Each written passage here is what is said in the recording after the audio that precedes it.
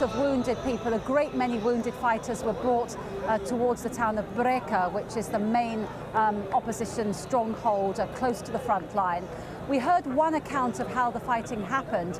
We were told apparently that a group of fighters decided to go into battle against the pro-Gaddafi forces without actually receiving any formal command from the officer in charge. Now, as I said, that's just one report, but it would seem to be consistent with other things we were told. We spoke to a number of fighters in AlJazeera, and they said to us that they felt there was a lack of leadership. They were quite critical of the formal army, and they said that they, as independent groups of fighters, people who've only handled a weapon maybe for the first time a week ago, that they were really prepared to take the initiative themselves and go into battle if they didn't receive any formal instructions from more senior officers. And Jackie, quite interesting, isn't it, also that people have taken the risk of deciding to protest in Tripoli as well, haven't they? Yes, I mean, certainly Tripoli up until now has been pretty much rock solid in the control of Gaddafi. I mean, there have been demonstrations in Tripoli, but they've been pro-Gaddafi demonstrations. Obviously, there have been quite a lot of suspicions there that it was kind of a rent-a-crowd that came out. Certainly when he made his most recent speech a couple of days ago, he was talking with a certain amount of false modesty, saying how he'd been surprised that people were coming onto the streets, calling his name, and in his words, commending his achievements. Well, certainly what we were hearing from Tripoli today was that people weren't commending his achievements, quite the opposite.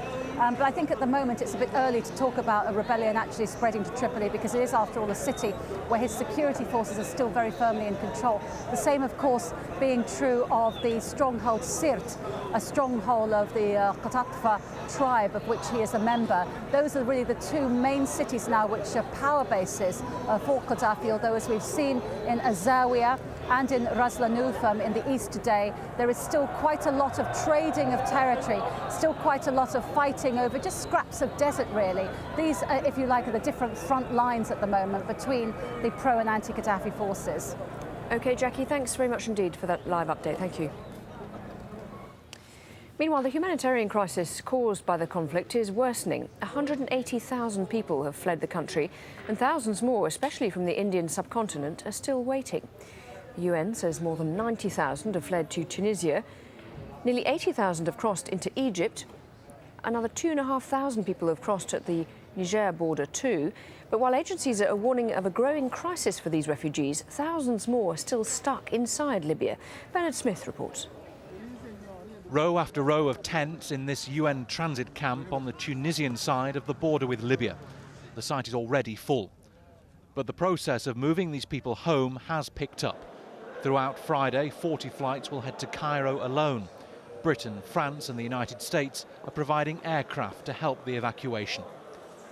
The UN says that the number of refugees crossing into Tunisia has actually dropped significantly because the border there is now manned by heavily armed pro-Gaddafi forces. So almost all of Libya's neighbours could end up dealing with fleeing workers. Some have now fled through Algeria, further down Libya's western frontier. And up to 100,000 people may try to cross into Niger in the coming months. That's according to the UN. At Egypt's frontier with Libya, hundreds of African refugees are stranded in a border no man's land. Some have been there for days. Here, the Egyptian authorities have tightened security, fearing that mercenaries hired by Gaddafi may try to flee to Egypt. Bernard Smith, AlJazeera. Let's move to Tunisia now, a country that's still struggling to restore stability since mass protests toppled President Zine El Abidine Ben Ali in January. In his first address to the nation, the new interim Prime Minister announced that he'll be forming a government in the next 2 days. At this time, we're facing difficult responsibilities.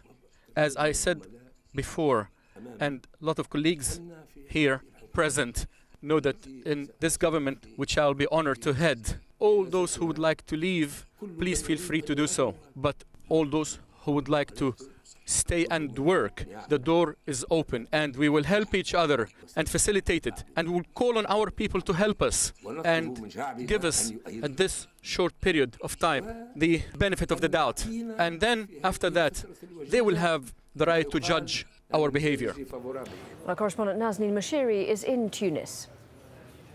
Well, what the interim Prime Minister Belge Kaid Sebzi tried to do was to reassure the Tunisian people that the country is heading in the right direction. He spoke of the past. He said that Ben Ali, the former president, should be hanged for leaving the country as head of the army and being a traitor. He also spoke of decades of darkness and now calling for the first transparent election in years. Whether he will do enough to reassure people and create the jobs his country needs and bring in the billions of dollars his country requires to rebuild and to move forward, well, we'll have to wait and see.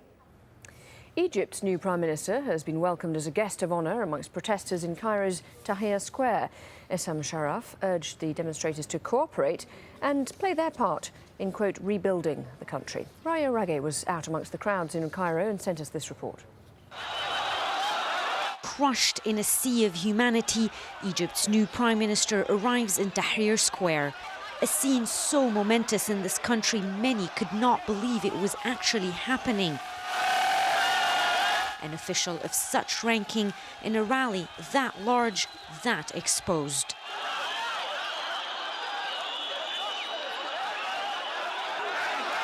We love you, the crowd chanted. I'm here because I get my legitimacy from you. I will exert all my efforts to respond to your demands, and if I fail, I will join you. As the crowd demanded the ouster of all of the previous regime's men, the Prime Minister urged patience and called on protesters to help him rebuild Egypt. Essam Sharaf's appointment is being celebrated as yet another victory of people power. For weeks, protesters had called for his Mubarak-appointed predecessor to go. But there are still other demands. The emphasis of these protesters now is mainly state security, the Ministry of Interior's most feared arm. They would like to see that apparatus completely dissolved and those who issued the orders to fire on protesters during the uprising held accountable. Releasing all political prisoners is yet another pressing issue. On Thursday, authorities released 2 sentenced leaders of the previously outlawed Muslim Brotherhood group. Showing up in Tahrir, they thanked the military but asked for more. We were released on medical grounds, but we want the verdicts completely dropped.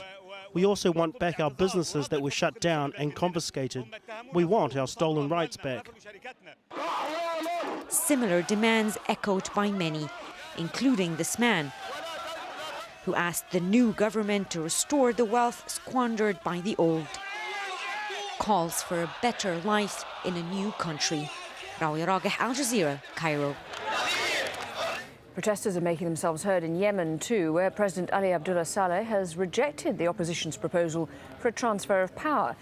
In the capital, Sana'a, demonstrators continue to call for his immediate resignation.